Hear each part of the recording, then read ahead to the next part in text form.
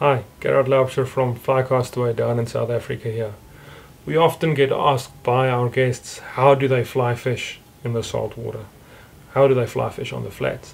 And there's a couple of key principles here which we're going to look at today. Obviously it's a very broad question, we can't explain everything now. We had a bit of a discussion amongst the guide team, and we feel that there are three key elements that guys need to be aware of when they're going to be fly fishing on the flats.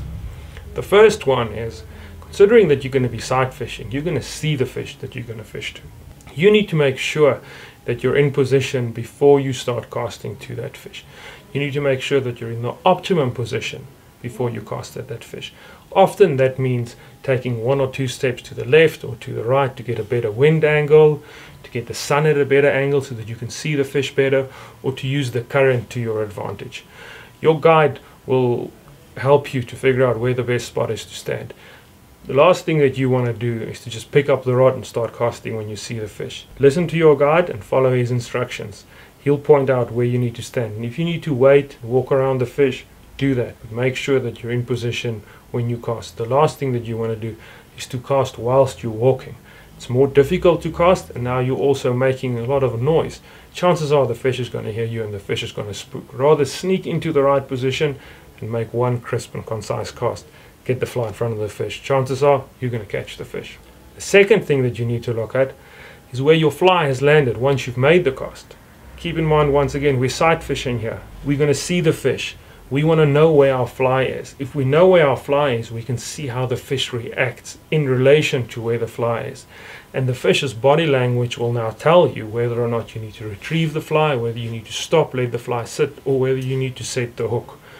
Learn before you go onto a saltwater flats destination to identify where the fly has landed. There's a couple of things that you can do to make that easier. Think about the length of your leader. Know that if you're going to be fishing a 9-foot leader, your fly is going to be in a 9-foot radius from around where the tip of the fly line has fallen. Try and see where the little plop is once the fly hits the water, and practice to cast nice, precise, upright loops. It's a huge thing, this, in sight fishing on the flats.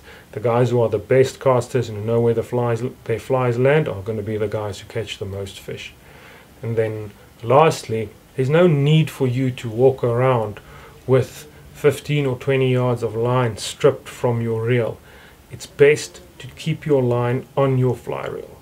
Have 2 or 3 meters of line out of the rod tip. That means you can carry the rod with the fly in your hand. You can comfortably walk around. There's no risk of tangling the line or getting it stuck on something or getting the line dirty. Once you've seen the fish, you'll know how far the fish is from you. Then you can proceed to strip line off the reel and make the cast. If you're just going to be walking around dragging line around you, chances are when the opportunity presents itself to cast to a fish, that fly line is tangled up, and now frustration sets in, because whilst you should be casting at that fish, you're trying to stand there and quickly untie knots, often resulting in a fumble and most likely a missed opportunity at catching a fish. These are just 3 basic tips which you can keep in mind and keep in the back of your head when preparing for a saltwater trip. It's going to make the difference between catching the fish that you've always dreamt of or going home a little bit disappointed.